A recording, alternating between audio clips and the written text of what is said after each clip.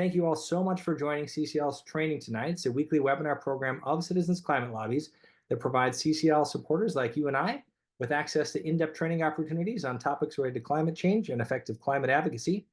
I am your host tonight, Brett Cease, and our topic is carbon pricing opportunities in the next Congress.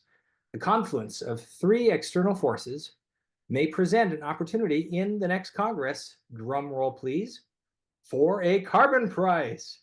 However, those external forces also will constrain the opportunities that if something passes, it will look different from the Energy Innovation and Carbon Dividend Act.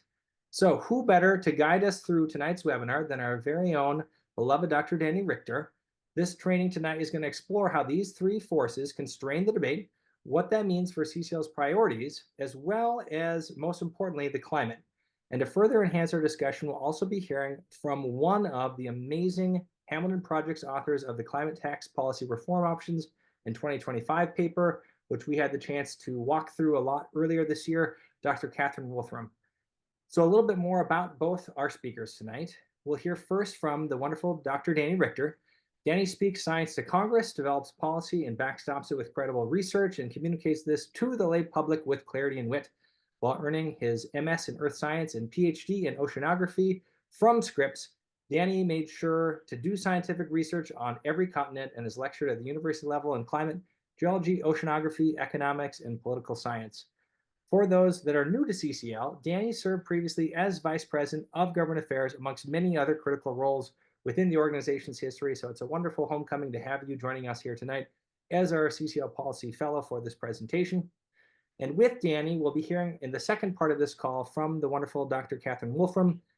Dr. Wolfram is the William Barton Rogers Professor in Energy and a Professor of Applied Economics at the MIT Sloan School of Management. She previously served as the Cora Jane Flood Professor of Business Administration at the Haas School of Business at UC Berkeley.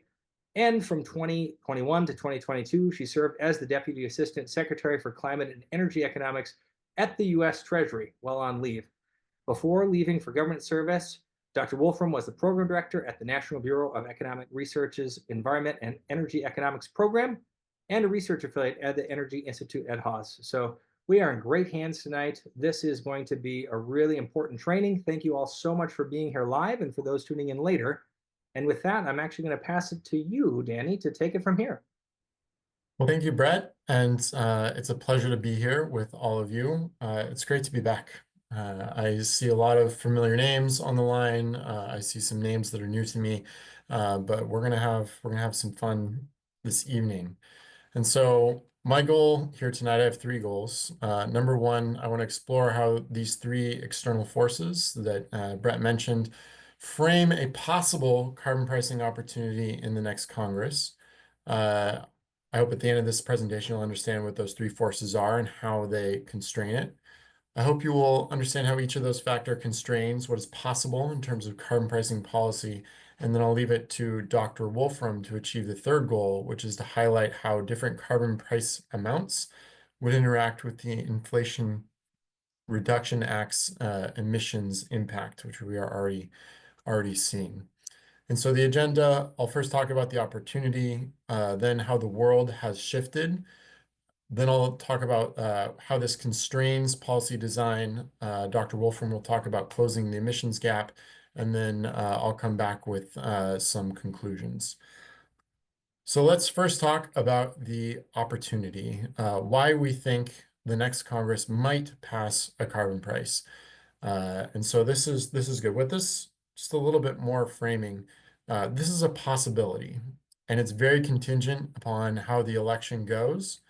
But we want CCL volunteers to start thinking about it now. The more you understand the moving parts and the constraints and the factors driving this opportunity, the more effective you're going to be. And so even though we don't have all the pieces yet, we're giving you a look and the fundamentals to be able to think about this strategically on your own. So that's the goal, another goal here. So those three external factors framing the debate are: number one, the expiration of the 2017 Trump tax cuts; number two, the ballooning deficit; and number three, the European Union's Carbon Border Adjustment Mechanism, which will be abbreviated EU CBAM throughout this presentation. So let's first look at each of these in turn. First of all, the Trump tax cuts. These were passed in 2017. And the fact is that members of both parties want to extend parts of this. Uh, at the time, in 2017, this bill was estimated to increase the deficit by $1.456 trillion between 2018 and 2027, according to the Congressional Budget Office. And there will be a need to pay for this deficit or go further into debt. And I do want to point out, because this will come up again, that the Tax Cuts and Jobs Act, which is the official name for the Trump tax cuts, that passed through reconciliation. The second item is the ballooning debt and deficit. The debt currently stands at 35.6 trillion. That's the total amount that the United States owes. The deficit is 1.9 trillion. That's the shortfall between what the United States takes in and what it pays out in each year. And this year, for the first time, the interest alone that the United States will pay on the debt is going to exceed $1 trillion. So that's $1 trillion that's just going to service the debt. That doesn't go to anything else, not services, Social Security, the military. So that's quite a lot.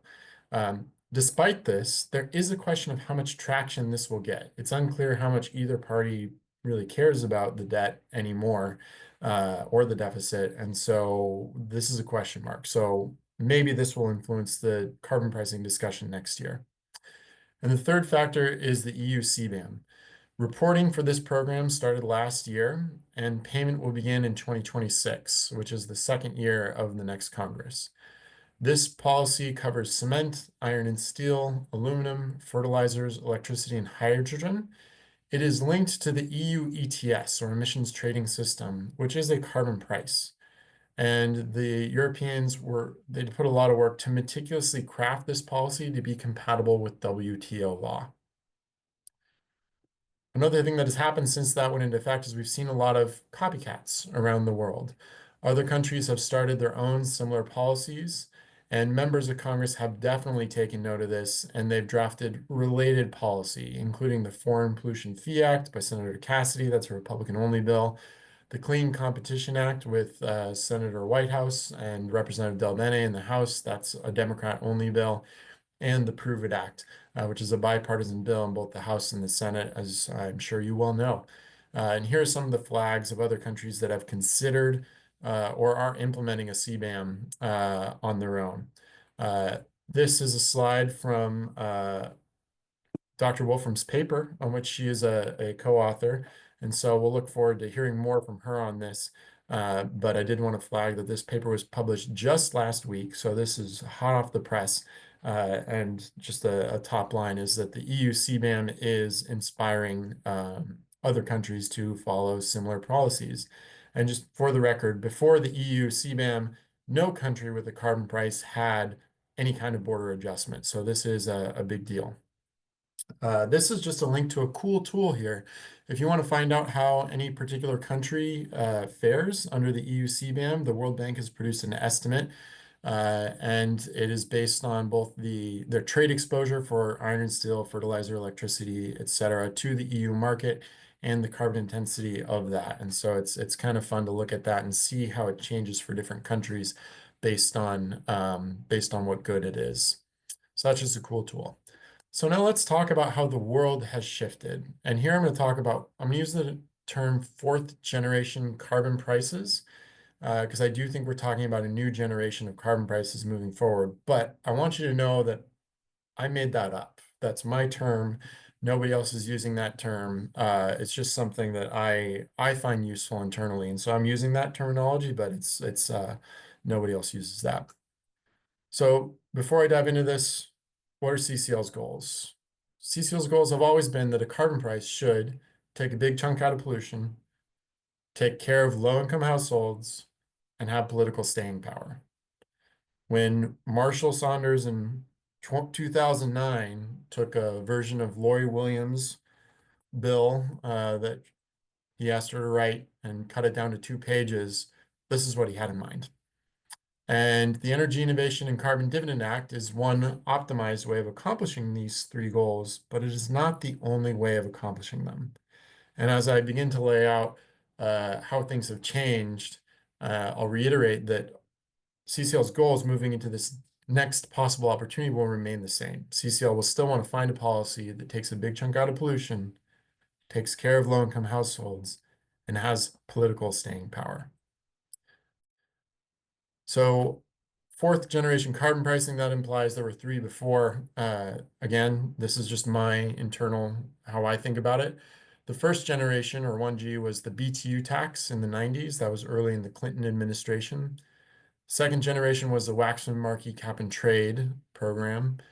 Third generation carbon prices were tax and fee dominated, and really that's the past decade, basically after Waxman-Markey until the present day. That's third generation carbon prices.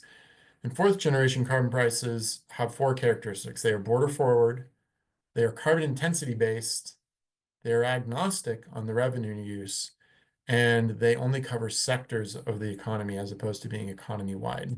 So I'm going to unpack all of that.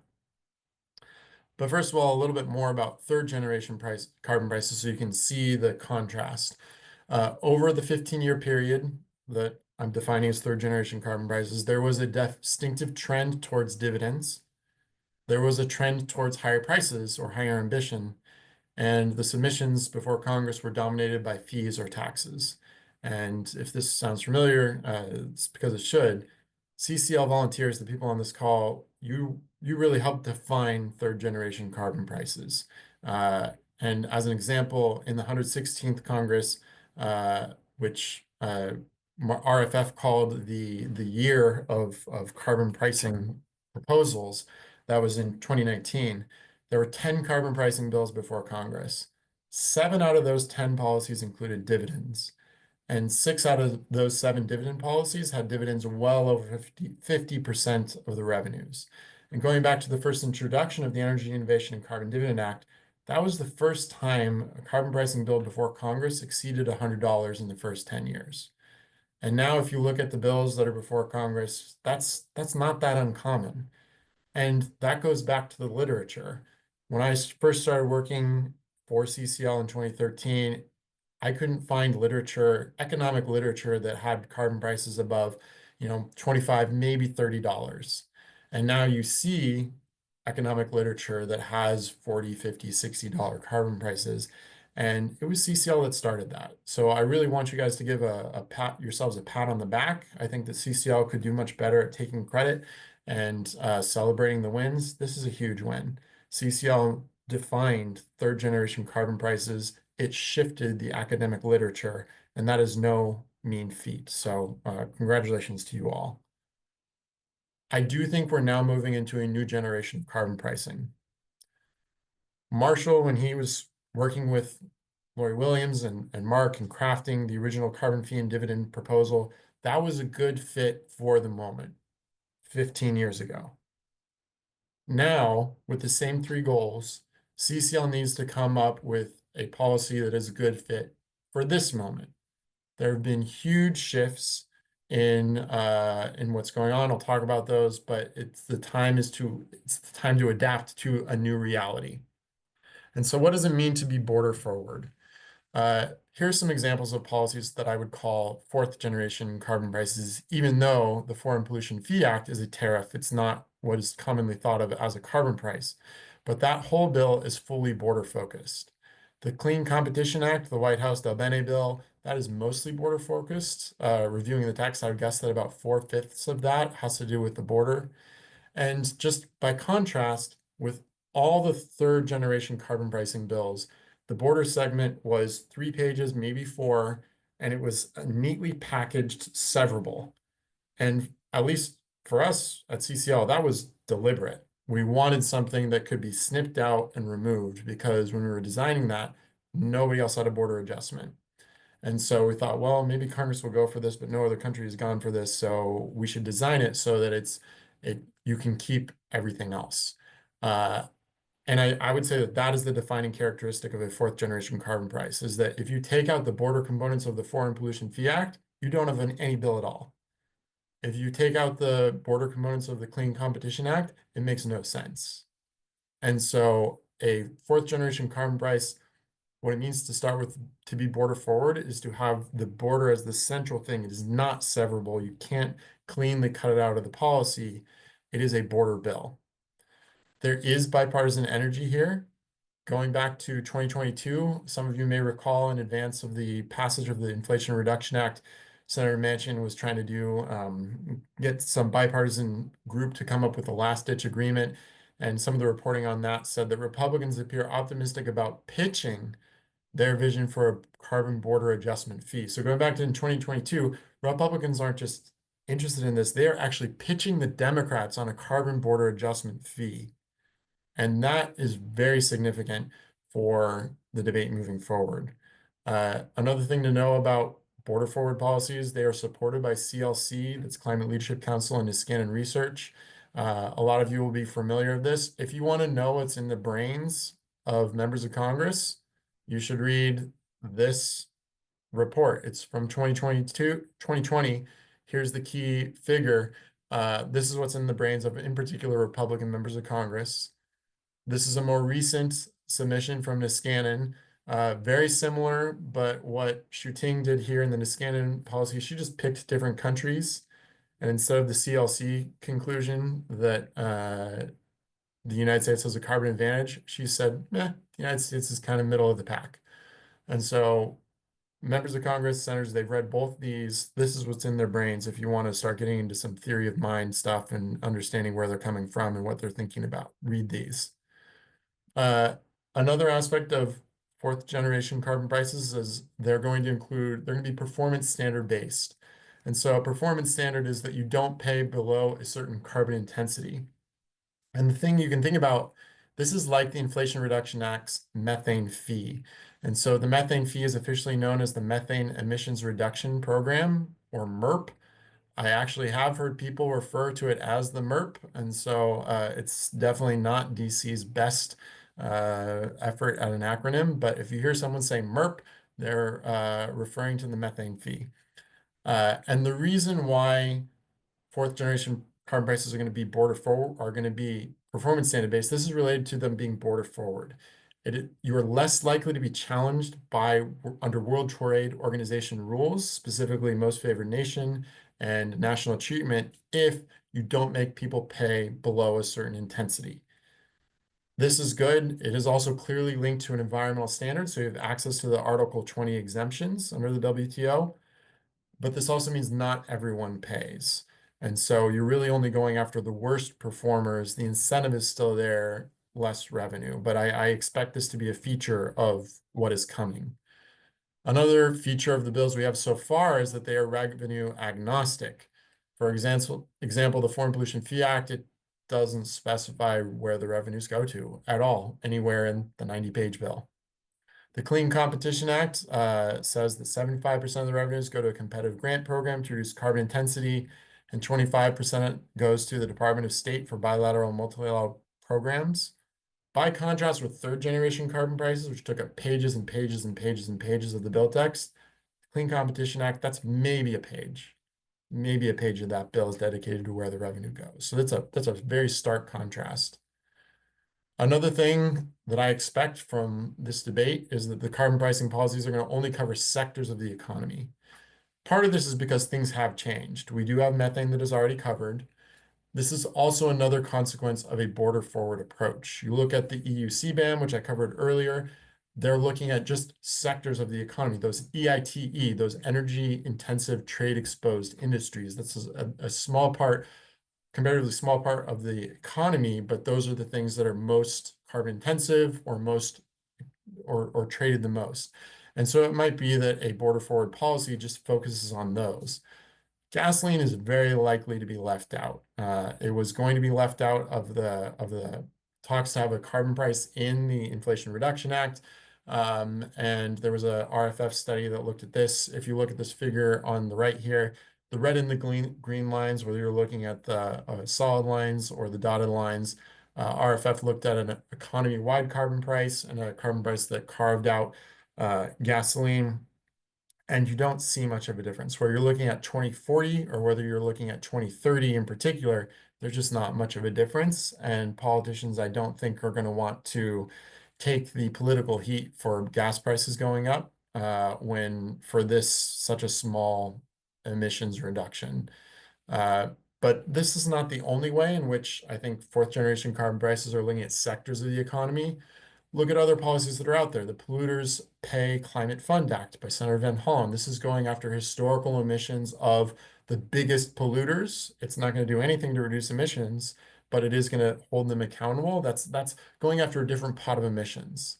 And then Senator Markey has the Fat Cat Act, which President Biden actually took pieces of and changed a little bit and included in his budget this year. And what that would go after is that would go after private jets. And so that's a small corner of the economy that is emitting greenhouse gases, but it's a very, very targeted bill, and it's really interesting to start thinking about that. If you have an economy-wide price, you don't need to do that. But here you're seeing examples of lawmakers going after those small sectors. So I think we're going to have sectors. Um, Another thing that would be a plus with a sectoral approach would be more in line with policy sequencing.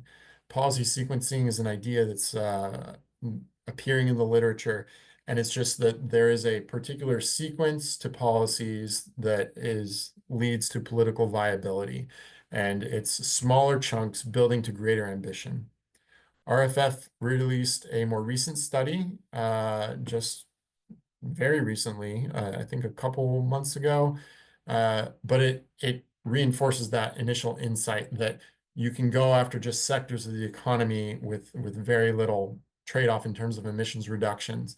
And at the core of that insight is that fossil fuels right now are, especially with gasoline, are very inelastic, meaning that people don't change their behavior very much for a given price increase, and they're already distorted by pre-existing taxes. And so if you put a carbon tax, carbon price on top of that, it changes how things go. And their conclusion is that at low carbon prices, sectoral coverage is actually more economically efficient than an economy-wide price. And so I think that politicians are going to take this and say, well, let's put a price on fewer things and build up as time goes by. So this is what I think is coming. Some other relevant factors as we anticipate what's around the corner and prepare ourselves to think about the deal making that might happen and strategically prepare ourselves. The IRA and other policies that have been in place, like the bipartisan infrastructure package, mean that we are closer to our climate goals than we were when carbon fee and dividend was first envisioned. That's a big deal. Of course, as I mentioned, methane is already covered thanks to the MERP. And there's a real fatigue among carbon pricing advocates and donors. Not the carbon pricing advocates on this call. I know you're not fatigued about this. But when I look around DC at other organizations and the energy they have around carbon pricing, if they're advocating for carbon pricing at all, their energy is much diminished. And certainly donors, I know, they just haven't been giving as much to this. So I think that that is a factor. They're getting more interested, I think, with the border forward approach. And then we also have shifting political divides. Again, comparing to 15 years ago and where the parties were with respect to budget responsibility, it's very different. And the primacy of the WTO. When we first started advocating for this, you could not violate WTO law. And now I feel both parties are willing to do that. And so that's a pretty big shift that argues for a different policy approach. So now let's look at how all these factors constrain the discussion. Again, CCL's goals: the carbon price should take a big chunk out of pollution, take care of low-income households, and have political staying power. EICDA is one way of accomplishing these goals, but is not the only way. So a border forward bill, you can expect bills that talk about the border beginning, middle, and end.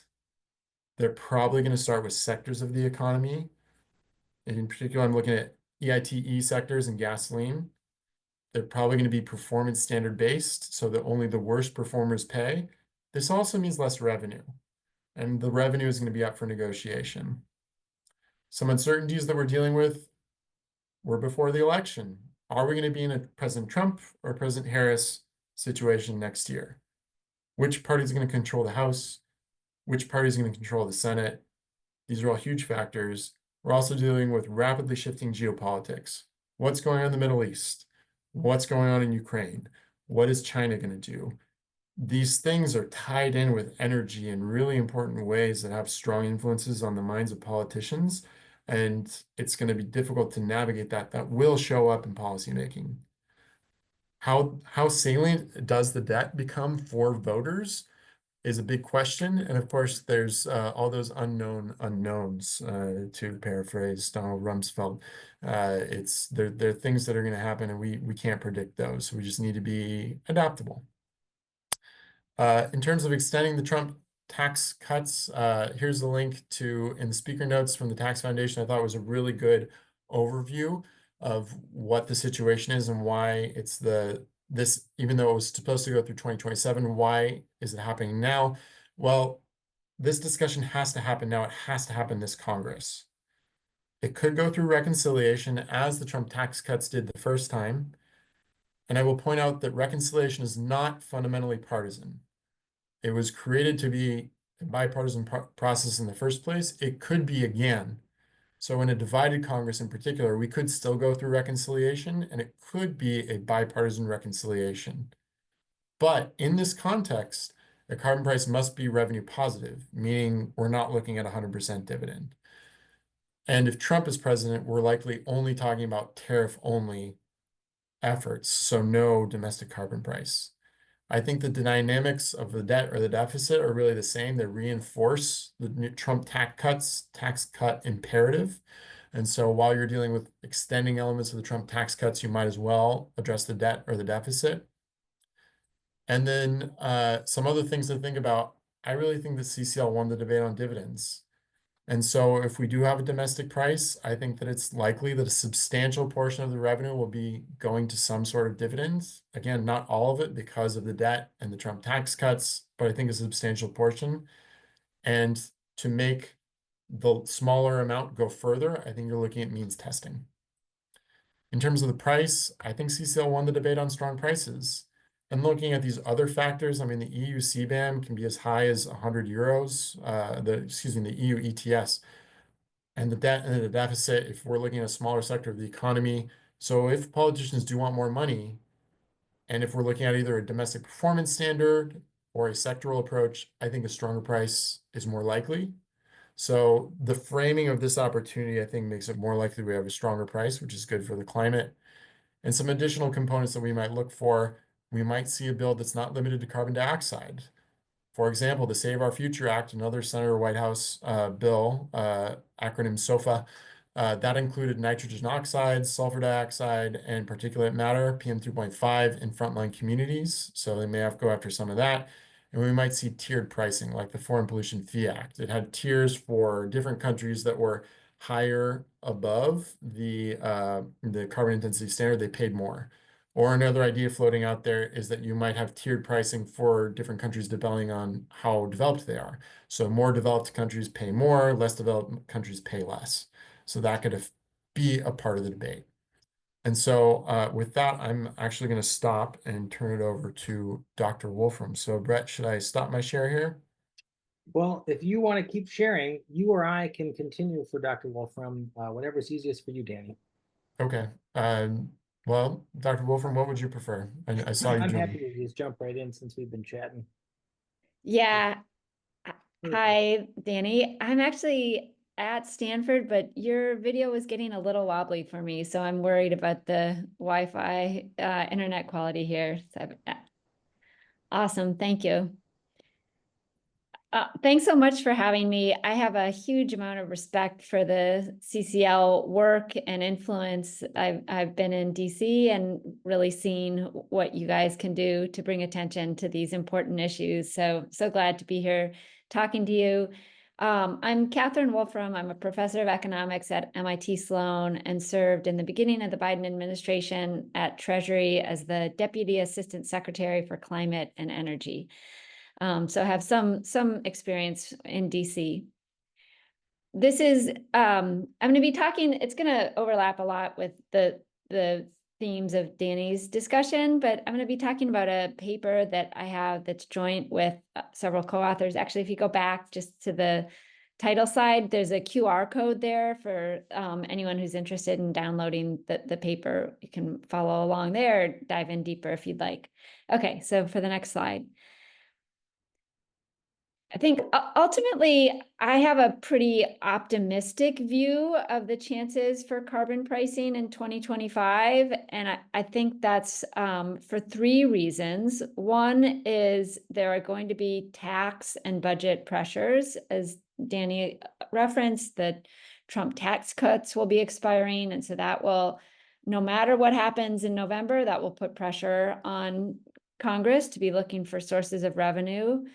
The second is that the Inflation Reduction Act is already in place. And so we've seen in other countries how, they've started with subsidies, and that kind of lays nice groundwork for a carbon pricing approach. And the third thing, and I will say the thing that makes me most optimistic, is the European Union and now the UK's carbon border adjustment mechanism. So I'm going to be talking a bit more about that and go into the details of what those do and explain why they've made me optimistic about carbon pricing.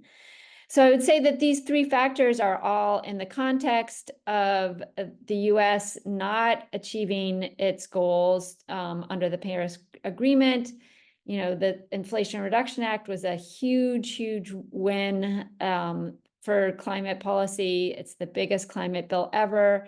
And we are, even under the most optimistic scenarios of what the Inflation Reduction Act will achieve, we are not on track to meet our nationally determined contribution under the Paris Agreement by 2030.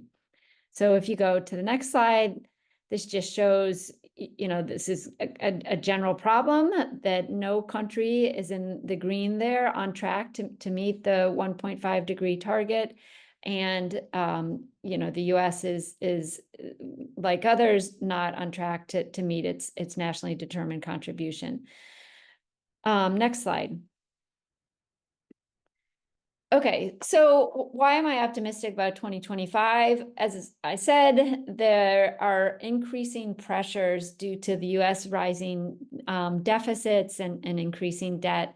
So the graph on the left there is plotting the Congressional Budget Office projection on the far right of where our debt will be relative to GDP. And then on the left of the graph is where our debt has been relative to GDP historically. And so you will see that we are headed into uncharted territory here. We've already passed the point where our debt is 100% of GDP. It's projected to continue rising. And this projection is based on existing law. Under the existing law, at the end of 2025, the major Trump tax cuts, the Trump Tax Cut and Jobs Act, will expire. There is broad agreement that there is bipartisan interest in extending those tax cuts. Doing so will cost about $5 or $6 trillion over the 10-year budget window. What that means is that if the Congress doesn't find a way to pay for it, the purple line there will be even more steeply sloped. We'll be achieving these kind of high levels of debt to GDP ratio even sooner than they're projecting there. And what that means, substantially, is that the US is borrowing a lot of money, and the borrowing costs are quite substantial. So even now, we are spending more on interest than we do on defense. That will go up if as our debt goes up, and this leads to macroeconomic pressures, leads to higher interest rates, has a lot of problems associated with it. And so here comes carbon pricing. Carbon pricing can raise revenue. We, in the paper that I have the QR code for, we've done some forecasting looking at a carbon price, actually projections, not forecasting. We don't necessarily think this will happen. But looking at a carbon price that starts quite modestly, $15 a ton, rises over the 10-year budget window to be about $65 a ton at the end. And we find that this can raise about, say, $600 billion under the way it's normally implemented in Congress. But if we don't rebate exports of fossil fuels, we could more than double that. So as I said, extending the tax cuts, if we extend all of them, it'll cost like $5 or $6 trillion. Here comes carbon pricing. Even a very modest carbon price would raise over $1 trillion, and so would really get Congress's attention in these discussions. As Danny pointed out, economy-wide might not look attractive. Maybe there are ways to cut this, but as we've modeled it, we think kind of a near economy-wide carbon price with a carve out for retail gasoline could be something that gets attention. So one advocate has said to me that carbon pricing is not something that anyone's going to campaign on, but this is something that, at 2 a.m., if members of the staff are looking for ways to balance the budget, ways to pay for the tax cuts, the carbon price might come in as an important part of the conversation. Okay, so the second factor that we pointed out is that the Inflation Reduction Act is in place. That means that for consumers, there are now subsidies to buy heat pumps, subsidies to buy electric vehicles. So consumers have more options compared to paying for fossil fuels. Also, kind of on the political side, there are now a larger contingent of firms that are investing in the clean energy space and that want something like a carbon price that would make their investments look even more productive or more profitable. The third thing is the thing that I wanted to spend the most time on, and this is the idea that carbon pricing is really proliferating in the rest of the world. So what I've got there is a map from the World Bank that shows where you have either carbon prices as a tax or carbon prices as a cap and trade system. And the countries that are kind of bright are the ones that already have the carbon price implemented, like Canada, the EU there. The ones that are lighter shaded, like Brazil and India, are ones that are seriously contemplating carbon pricing. So I often hear, if you spend too long in DC, people say, oh yeah, well, carbon pricing is impossible, but you kind of want to say maybe that's the case in the US, but there's the rest of the world where it doesn't look so impossible. In fact, if you look at the G20 countries or the G20 jurisdictions, all but 3 of them have carbon prices either in place or under consideration in the case of Brazil and India. And the 3 that don't are the US, Saudi Arabia, and Russia. So not great company for the US. And hopefully this pressure will mount and the US will find a way to get to carbon pricing. Next slide, please. So just to put this in context, this is looking at the G20 countries in total. They're about 80% of global economic activity, a little bit more than that in terms of emissions. China is really the big emitter at this point, almost 30% of emissions. The US is about 11%, and you can see that the rest of the countries there. So, okay, I said that other countries doing carbon pricing might put pressure on the US. This is not just kind of a vague political idea. This is something that is really coming to bear through what's called the Carbon Border Adjustment Mechanism. So next slide. Many of you may know this, but let me just explain what a Carbon Border Adjustment Mechanism does.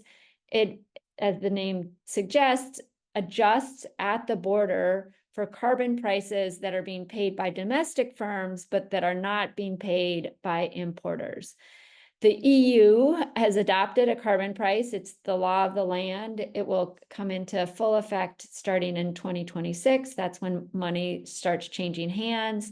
The UK has also enacted a CBAM that will come into effect in 2027. The EU CBAM for now only applies to the 5 industries that I've listed there: steel, aluminum, electricity. That's a little bit of a funny one because they import a little bit of electricity, but not a lot of it, fertilizer and cement. And so as this graph suggests, right now the ETS, the carbon price in the EU is about, say, 75 euros. What happens is that if you're sending one of the products from one of those 5 sectors to the EU, you have to pay at the border. So the EU steel manufacturers paying $75 a ton. If you're trying to export steel from Malaysia to the EU, you have to pay that $75 or 75 euros unless, and this is the key, unless you've already paid a carbon price domestically. So in this little graphic, it assumes that, say, the Malaysian plant has paid 10 euros a ton, so it only has to pay the border adjustment of 65 euros a ton. So what this has done, and I'll show you this in a real way in a second, is it's really started this conversation globally about carbon pricing. And in some cases, there's a very real kind of fiscal calculus that countries are doing and thinking, say, take the example of Turkey. Turkey exports about 50% of its manufacturing to the European Union. And so those 50% of its firms, they're already going to be paying the carbon price. But if Turkey doesn't put on a carbon price, they're like sending the check to Brussels. And what Turkey has done is kind of gone through that calculus and realized, well, if we put on our own carbon price, we keep the revenue here in Turkey, and our manufacturers, our industry isn't going to object. They're paying the carbon price already. It's just that we get to keep the revenue. And so in the ideal world, this kind of logic leads to this very positive, virtuous cycle where more and more countries have carbon prices, more and more countries have CBAMs, and that incentivizes the rest of the countries to themselves implement carbon prices and implement CBAMs. So if you go to the next slide, this sounds good in theory. Is it happening in practice? It kind of seems like this is starting to happen. So what we're plotting here is countries that as of 2019, and sorry, I'm getting a little bit ahead of myself. This is from a policy brief that I put out with co-authors through RFF a week ago or so, and the link is there at the bottom. And what we're doing is plotting the total count of countries that didn't have a carbon price in 2019, but since 2019 have either enacted one, that's in red, have one like under serious consideration, have one literally under development, just not enacted yet, or in green, have one in discussion. And you see that this is a total of 44 countries. This is really kind of starting this positive dynamic. Just to put that in perspective, as of 2019, there were about 57 jurisdictions, including states within the US that had carbon pricing. So this is a serious increase in the number of countries that are implementing carbon pricing. If you go to the next slide, you can really see the role that the carbon border adjustment mechanism has played in this global momentum, we think. So what we're doing here is we're plotting over time with the red line, the number of times that phrases like carbon price or cap and trade or carbon prices or carbon pricing, all kinds of things related to carbon price, the number of times that that's come up in news sources from, again, countries that didn't have carbon prices as of 2019 and countries that aren't the US. The US, unfortunately, is different in this way. And so what you see with the red line is when the EU in 2019 kind of starts talking about the carbon border, at that time was called a carbon border tax. There's some increased interest in these topics. When the EU actually in 2021 presents their formal proposal, there's even more talk. And that clearly some of that reporting is about the EU's programs. So that's right after their proposal came out. But then you see that the talk kind of is consistent there. And then again, when the EU puts the policy into effect, you see another spike.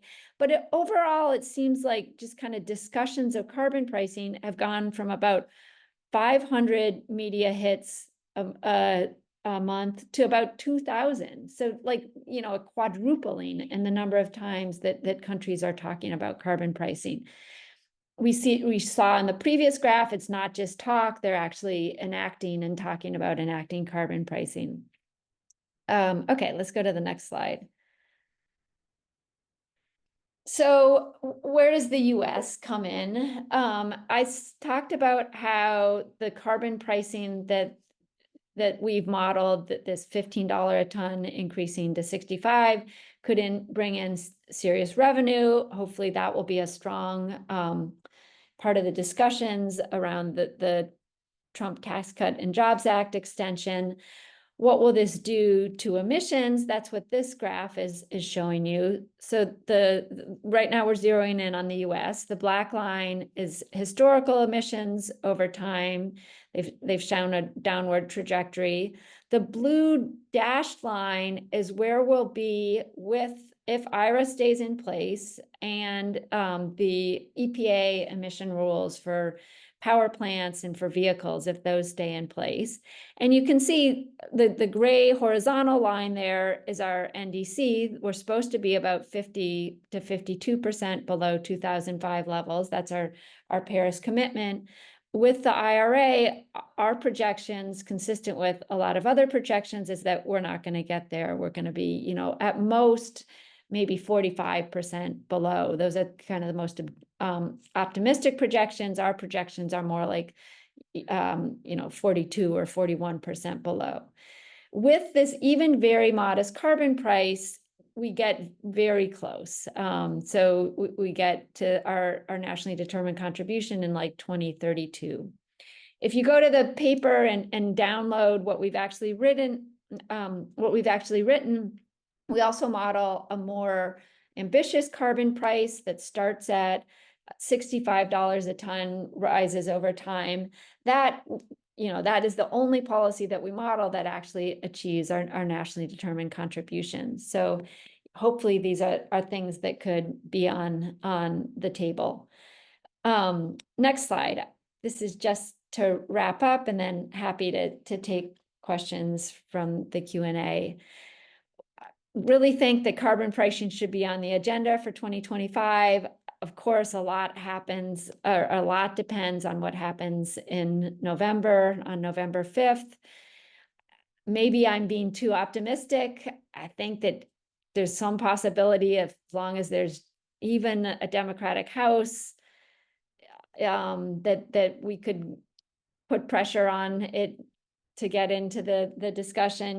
Maybe that's too optimistic. Maybe a Trump White House would not have anything to do with it. Certainly if there's a Harris administration, and even if there's a divided Congress, I think this is something that could be attractive to policymakers. So the next bullet point that I have is really overlapping a lot with what Danny was saying, that there are lots of different ways to think about designing a carbon price to address some of the political considerations that might come up. We are working on a current policy brief where we think about more kind of industry-only versions of carbon pricing.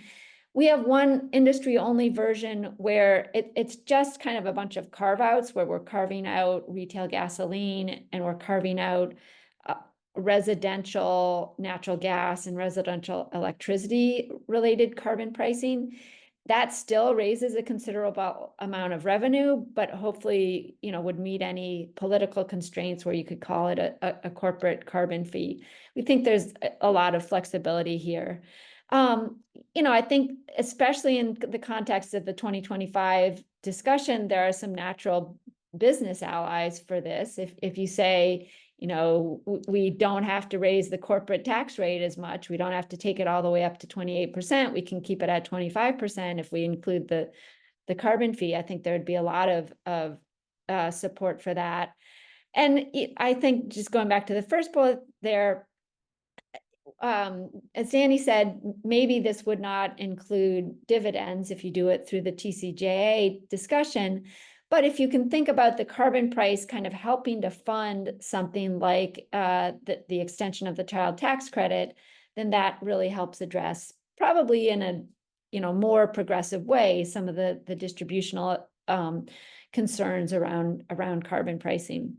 So let me close with one just kind of simple calculation that I think is meaningful. The US, as I said, is 11% of global emissions. The Inflation Reduction Act, the IRA, was this huge achievement. At best, it will reduce US emissions by 10%. And so that means that we will reduce global emissions by 1%.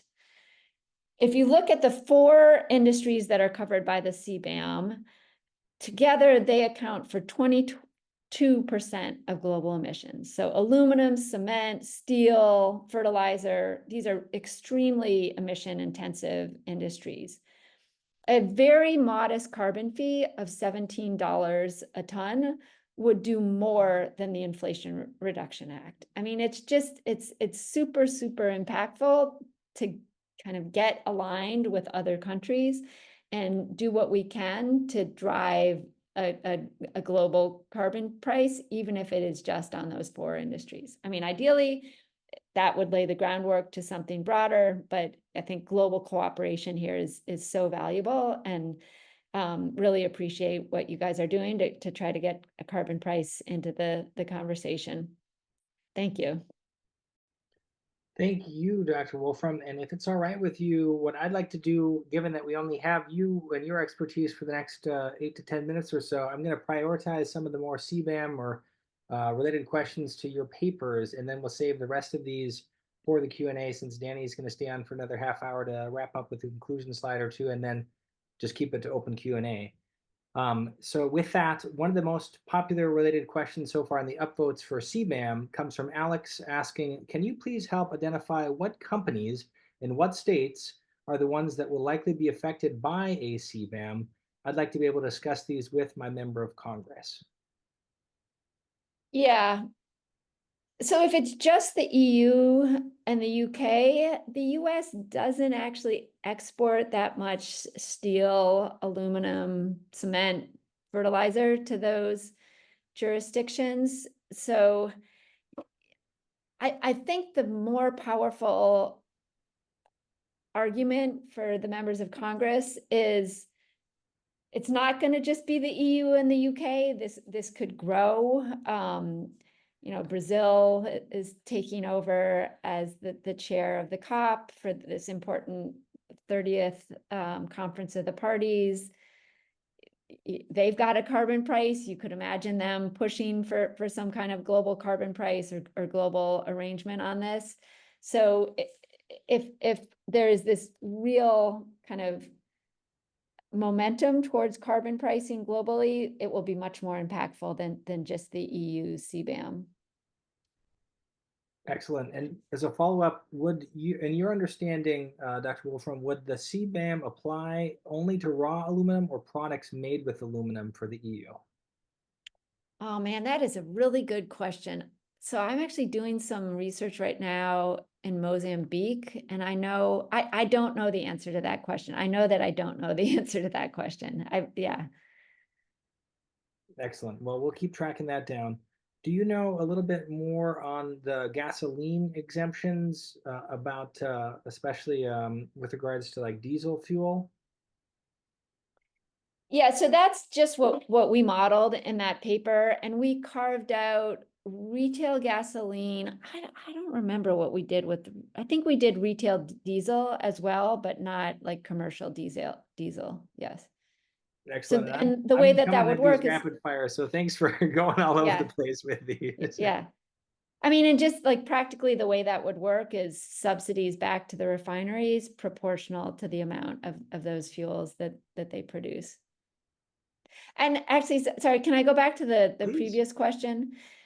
The EU is starting with those 4 sectors, but the intention is that the CBAM will grow. I mean, right now there's concern that there's a CBAM on steel, but not a CBAM on a car that's imported that uses that steel. And so does this put the European car manufacturers at a competitive disadvantage? So I think, they're like getting their feet wet with these 4 industries, trying to work out the technical details, but the hope is that it will expand. And as a follow-up here to the earlier question about impacted companies, in your mind, does anything change if Canada also switches to imposing a CBAM?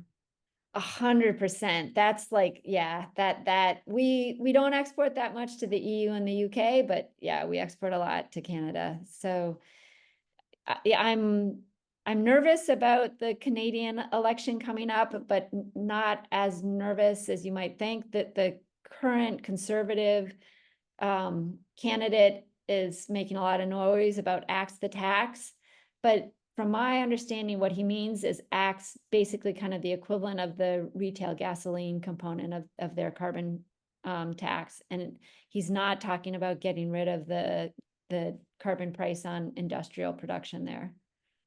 That's a helpful distinction to know. I'm mindful of your time, so I'm going to ask 3 last questions. Feel free to take whatever time length on your end that you have available here, Dr. Wolfram, and then we'll pass it back to you, Danny. But these 3 kind of all seem to be up your bailiwick here. So one of them has to do with the WTO, and especially kind of as you've continued to see the evolution with its relationship to our trade policy. Mike asks, I've heard from some people that the WTO has no teeth, and so it doesn't matter if something violates the WTO. What are your thoughts on if there's any truth to that? Yeah, so I assume that the discussion was whether the CBAM violates the WTO. I will stipulate I'm not a trade lawyer, but I've been tracking this conversation. My understanding is that the WTO says you can't be discriminatory, and the CBAM applies equally to imports from any country. Basically, it says we're going to assess a fee based on the European carbon price and your carbon intensity. So, you know, my interpretation based on that is that the CBAM is WTO compliant. The other thing that's been pointed out to me is that the EU was very worried about WTO compliance in designing the CBAM. If they hadn't, they would have designed a very different border adjustment policy. They would have covered many more goods. They would have included export rebates, which they're not including. So I think there is the broader question of whether it will be challenged, even if the ultimate decision is that it is WTO compliant. I think the issue there is that the U.S. has not appointed a judge to the appellate board, so that the kind of WTO appeals process is a little bit broken. Yeah, so I guess the way I interpret it, and again, I'm not a tax lawyer or trade lawyer, is like this is the EU's law. It's going to go into effect. I mean, there might be some WTO discussions, but this is happening. I love it. That was very helpful. Thank you so much. This next one has to do with policy sequencing from D. Can policy sequencing, in your mind, be effective with getting the right policies in the right order with such a short time frame for our overall kind of climate budget? Yeah, so I'm not quite sure. I came in right as Danny was discussing policy sequencing. So I guess I would interpret it 2 ways. One is like starting with subsidies, moving to carbon pricing. And the other would be like starting with small carbon prices, say industry only, and then broadening it. I think in both cases, they make sense. Just that the economics and the politics of subsidizing clean before you ask people to pay a higher price for dirty makes sense. Like the idea that you make it cheaper for people to switch away from fossil fuels before you make the fossil fuels more expensive, I think makes a lot of sense, both politically and economically. And I think that's important for a group like this to emphasize, because in some corners, the dialogue has been, look, you carbon tax people, you should just go home. The subsidy view won, but I think it's really important to point out that they can be part of the sequence. They can be very complementary. They can work together super well. So that's what I would say about the first type of policy sequencing. On the second type, I think again, if you look to other countries, they did tend to kind of start small, like the European Union ETS only applied to the power and heavy industry sectors. Some of the EU member states have expanded to transportation fuels, but not all of them. So, you know, I think there are some, there's definitely precedent for starting that way. And I also, you know, I think once I think the foot in the door, or whatever, however you want to describe it, approach makes sense. Like once you get one part of the economy under a carbon price, you can show people that the world didn't blow up and, you know, inflation didn't run rampant. It wasn't horrible.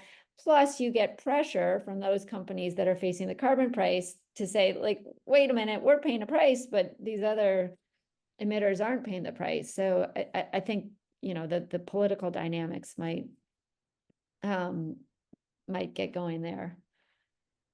Well put. We definitely resonate a lot with your shared views here. And again, I know we want to be mindful of your time. We're at the bottom of the hour, and I'll just close before passing back to Danny, just to share all 100 plus of us on the line tonight and the thousands of volunteers that are going to be tuning in later. Dr. Wolfram, we're so grateful for all of your research, all of the hard work that you and your whole team have put into papers like the Hamilton Project's climate tax policy reform options. We gain a lot of wisdom and perspective from it. And just thank you so much for taking the time to join us tonight live.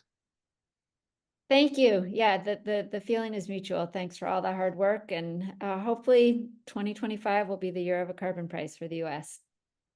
We Take like to care. hear that optimism. Have a wonderful rest of your night. And thank you again for Thanks. being Yeah, here. you too. Danny, do you want me to take over with conclusions? Yeah, I think that's easiest. Okay, So great. we'll just, I mean, there was a lot of same content, different perspective. And so I think that's helpful for, it's helpful to get it from more than one perspective. So anyway, yeah, let's go on to the first conclusion that I have from my part. There may be an opportunity to pass a carbon price in the 119th Congress, which is 2025 to 26. Due to the confluence of three external factors: the 2017 tax cuts expiring, the size of the federal deficit or debt, and the implementation of the EU CBAM and similar policies around the globe. Another conclusion is that the policy world has shifted towards policies that are border forward, performance standard based, sectoral, and agnostic on revenue use. And CCL has largely won the debate on both dividends and price. Both elements are likely to be included in any final resolution of whatever may happen next year and the year after. On the price, the three external drivers actually argue for a stronger carbon price in line with CCL's goals. And CCL's goals remain reducing pollution, protecting households, and passing lasting policy. So with that, if you can remember all the other things I said and your questions, I'm happy to take those. Excellent. Well, thank you, Danny, here. And we have a good lineup of ones remaining, as you can see. So I'm going to take these in the order of most upvoted here. Thanks for letting me kind of pick and choose a little bit more for Dr. Wolf from everyone. And the first one here comes from Bernard. The most upvoted question in the Q&A is, given the known science of tipping points, is there a point in the future when you think it's simply too late for a carbon price? If so, what is our deadline in your mind? Science says that the more we reduce, the better it is. And so it's, I mean, tipping points are kind of made up, right? We don't really know where they are. We don't understand the climate system well enough to say that's a tipping point and it arrives at this concentration of CO2. And so the tipping points that are in there, the 1.5, the 2, the 3, those are very round numbers, which makes you suspicious. They're round numbers that the scientific community just decided to focus their attention. And so I think way too much emphasis is put on the temperature in climate negotiations by advocates. The bottom line is the less we emit, the lower the CO2 in the atmosphere, the better for the peak. So I keep fighting. There's no point at which it's useless. Excellent. Well summed up. Thank you. And great question. All right. David asks, if the trend is towards indifference as of to the use of the revenue, what strategies in your mind can we use as CCL advocates to ensure that our criterion for protecting low-income citizens is achieved? I think flexibility is one of those criterion. And you heard from Dr. Wolfram, she brought up the child tax credit. That is an incredibly progressive policy. And so it's not a dividend, but I think that if you're in this discussion and you have some of the revenue that is going to the child tax credit, I think you count that as a win. That is definitely going to help make sure that households, more households, low-income households end up ahead. So I think flexibility is a really important thing to keep in mind. Partnerships. I mean, one of my lessons of the last 15 years is that you need partners to get this thing through, and different partners have different strengths. Ben and Jen in DC are really good at partnering with other organizations. And so I think that CCL is in a really good spot to make more of those partnerships. But that's not going to look like, I think, having the Energy Innovation and Carbon Dividend Act and pushing that. I think it's going to look more like the great work that CCL did in advance of passing the Inflation Reduction Act. In advance of passing the Inflation Reduction Act, we didn't know what was going to happen until it happened, until Manchin and Schumer shook hands. But we were still able to be effective because we advocated for just general directions. So it's more principles. It's where we started with carbon fee and dividend, just a two-pager. That was really about principles. And then we took a shift and we went into specific language because we felt we needed to raise the saliency. And I think that the strategy that is best suited for this opportunity is going to be more of a principles-based strategy, where you're saying these are the important things that move things in the direction of these three goals: durability, big emissions reductions, taking care of low-income households. I think that's the way to move forward, that adaptability and those principles. Excellent. Thank you for these great questions. We're going to keep them rolling here just since we got so many of them. Jonathan asked the next one about, in your understanding, are any influential Republicans supportive of domestic carbon pricing as part of a border forward policy currently? Or in your mind, are they more supportive of just tariffs? For sure, 100%. Well, 99.8%. They're supportive of just tariffs. The one exception is Brian Fitzpatrick out of Pennsylvania. We love him. He's still got the market choice out there, which has a carbon price and domestic carbon price and a border adjustment. That is a third generation carbon price. It is my understanding that Congressman Fitzpatrick would like to reintroduce some version of that. I believe it will be a more border forward policy, but I think it will still include a domestic component. So short answer is Republicans, with the exception of Brian Fitzpatrick, are only interested so far in tariffs, no domestic component. All right, thank you for that. Paul asked this, in your mind, does a tariff-only approach have political staying power, especially given the likely negative outcome for consumer prices? That's a great question. I don't think anybody really knows the answer. I think that a lot of people are very surprised at the shift. This is one of the big shifts. America thumbing its nose at the WTO. The process that Dr. Wolfram referenced of not appointing judges to the appellate board of the appellate court of the WTO, that started under Obama. And it just so happened that it was under Trump that they lacked a quorum, so they can't do anything. But President Biden has the ability to fix that, and he hasn't. And so you see this trend of both American Republicans and American Democrats away from the WTO appellate body. And so I think, and then with Trump's emphasis in the campaign, saying that he's going to solve all these problems with tariffs, even though economists are saying that's just going to raise consumer prices. It doesn't seem to matter.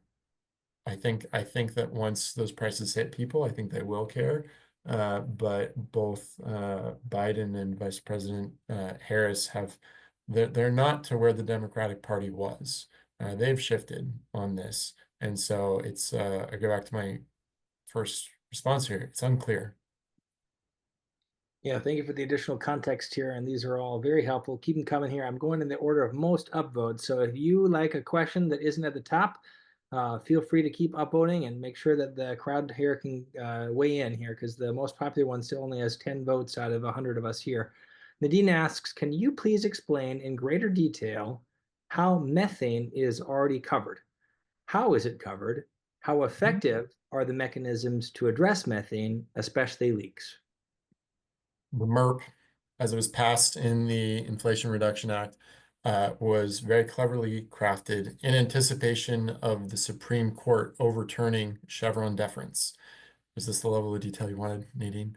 And so it's a two-step process. Congress wrote it so that regulations are going to set the carbon intensity or the methane intensity standard. And the methane fee is going to be charged for those facilities above a certain size who are not in compliance with the regulations.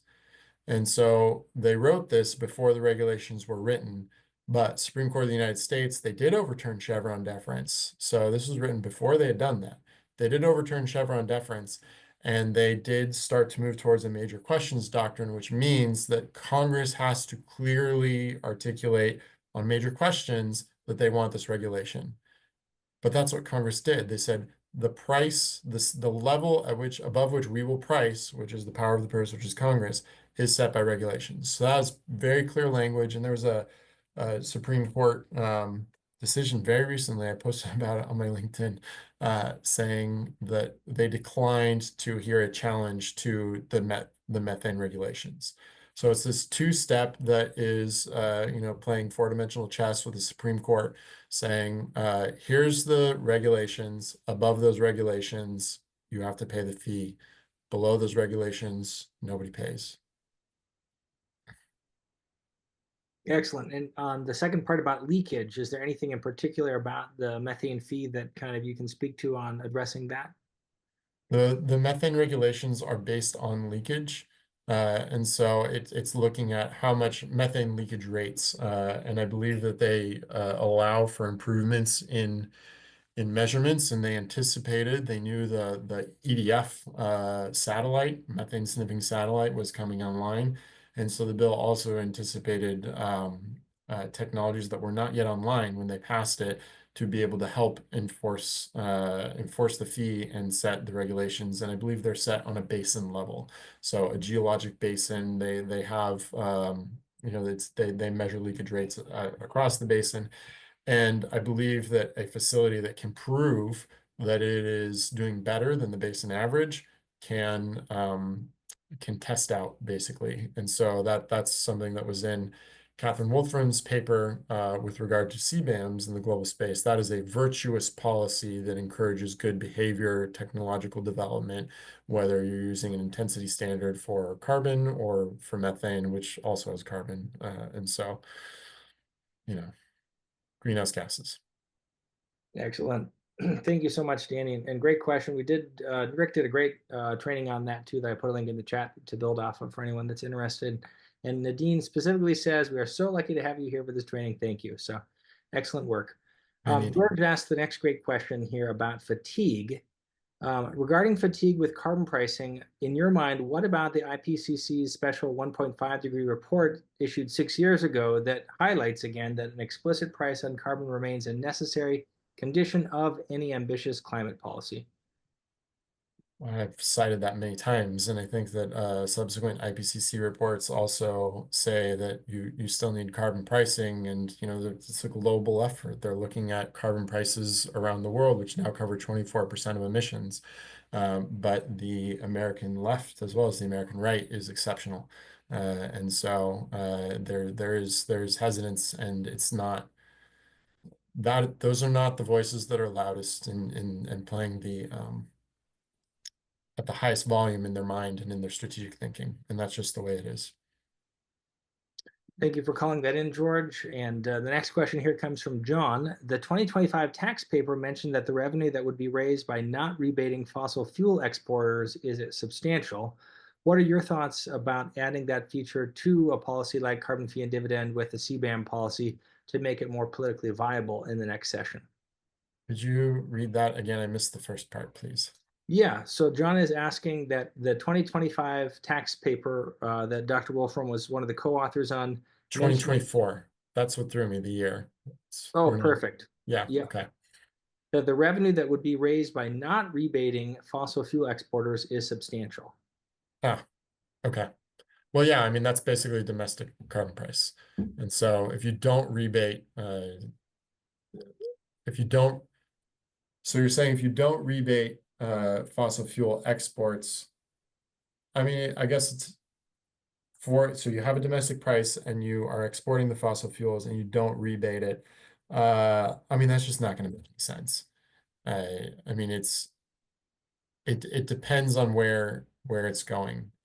If this is the principle, I think that that's the way it would be designed, and that's what Dr. Wolfram was saying, that having a border adjustment creates the incentive to keep the revenue domestically, and that's true for the United States. So if you have a domestic carbon price, you would keep it, but you would probably yeah, you would keep it. I think that I don't think this is an issue, honestly. I think that it would be, I think you would keep that on fossil fuels, and then it depends on where, I guess it depends on where it's going, but with the biggest emitters having some sort of carbon price, 24% of carbon prices, jurisdictions, it would just depend on the relative ratio of what is their carbon price versus our carbon price. So Excellent. Linda asks the next question. Why would we want to extend tax cuts for the richest Americans when they are so expensive? the political logics would be that those richest Americans create jobs and invest, and that ultimately makes everybody wealthier. And so that question is loaded with some partisan valence there, and I'm giving you the response that you would get from those who support corporate tax offsets. The economics would also say that that's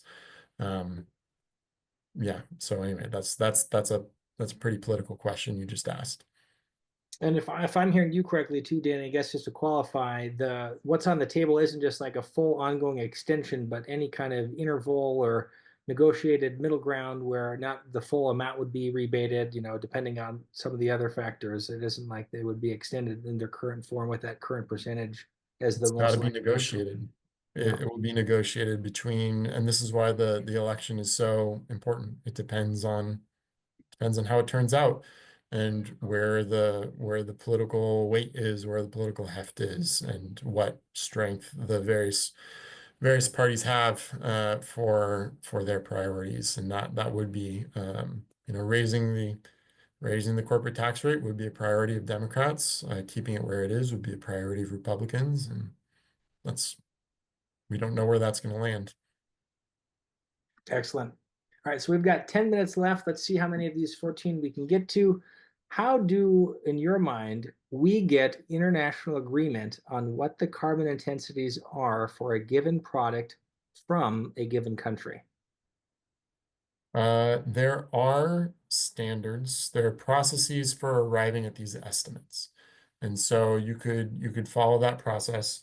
There's a lot of people have thought about this. You don't necessarily need international agreement. Probably what's going to happen is each country is going to decide on its own. They can share information. Best practice with respect to the WTO is to assume their emissions are the same as emissions for comparable goods in your country. And so that's least likely to trigger a WTO challenge. You can also make estimates and say, prove it. You can say, all right, Chinese steel, we think that you cost emit 4 times as much carbon as steel produced in the United States. And so that's what we're going to charge you. And if you want to prove otherwise, then you need to submit the data and you need to open up and provide a lot more. And so, I mean, that would be another way of doing it. But this is a very technical question. I don't think that countries are necessarily going to share the same estimates. I think that countries are going to come up with this on their own. And you also have to realize that the administrative capacity is extremely heterogeneous around the world. And so the United States probably has more capacity than anybody to estimate these kinds of things. And there's a lot of countries who are just not going to be able to make an estimate like that with much credibility. So you are going to have to use an estimate. And procedures exist for making that have widespread agreement for how to make that kind of estimate. Excellent. Here's a two-part question here for your next one, Danny. Jerry observes, I thought I heard that Dr. Richter is pessimistic for U.S. price and Dr. Wolfram is optimistic. Is that accurate? And I No, guess in your mind, also, do you think, what's the likelihood of a carbon price in a Trump presidency versus a Harris presidency? I'm not pessimistic. I think that, I mean, optimism is good strategy. I think that the people who get things done are optimistic about getting those things done before they did it. So I think that optimism is essential for an advocate. And so I think that I am entering this optimistic, and I think that we have to proceed as if it's going to happen or if it is possible and we can make it happen. So just as a matter of choice, I choose to be optimistic. I think the chances are a lot better with Harris for a domestic carbon price than with Trump, but I don't think they're zero with Trump. I mean, perhaps his defining characteristic is he's unpredictable, and so who knows? I think that the math is pretty stark, and that has traditionally had a lot of people within the Republican Party concerned regarding the debt, regarding the deficit. And so I think there is and there just aren't that many options for big trillion-dollar revenue raisers. And carbon price is one of them. So we will see how it shakes out. Better chances under Harris than Trump, but still non-zero with Trump. Excellent. Thank you for these. Right. The next one is from Rick. If the revenue goes to a corporate tax cut, that leaves out the elderly. Doesn't that argue for a companion provision like supplementing Social Security or some other element of design in your mind? I mean, I think that Social Security I think they'll be thinking about Social Security a lot going into this because members of the AARP vote with great regularity. And so I think that, so yeah, I think that that will be a part of the discussion, and that you could argue that that is something that CCL could count as going towards the dividends, but that is a concern for the long-term fiscal health of this country. So absolutely, I expect that to be a part of the discussion. Excellent. And clarifying CTC, I misspoke. He meant child tax credit, but I'm guessing the response is the same. Well, I think that that was something with the Trump tax cuts, and I think that's a huge priority for Democrats. And so I think the child tax credit will be a priority. I think that Democrats are likely to want to go to the mat on that. And so I think that will also be a part of the discussion. Excellent. This next one is from Lisa about the U.S. military. The U.S. military is on board with the climate crisis and becoming energy independent. No more long fuel supply lines. Maybe we can find support among the generals to add military as a sector, invest a portion of the $800 billion budget to clean energy research and deployment. I mean, perhaps, but this is one way that the parties have changed in the past 15 years. I mean, when I first came to DC, the military was, I think it was really important to talk to them, and we thought they could be huge influencers with the Republican Party. But now I think you have, I don't know if you heard my son screaming there. But now I think that I think that Trump's position towards Russia is probably pretty different from the military brass in a lot of ways. So I don't I do not consider the Republican Party as aligned with the military as they were in 2015. And so I question the degree to which military voices are going to have influence. I think we did get military voices in the past to be supportive of strong climate action, and it didn't move the needle enough.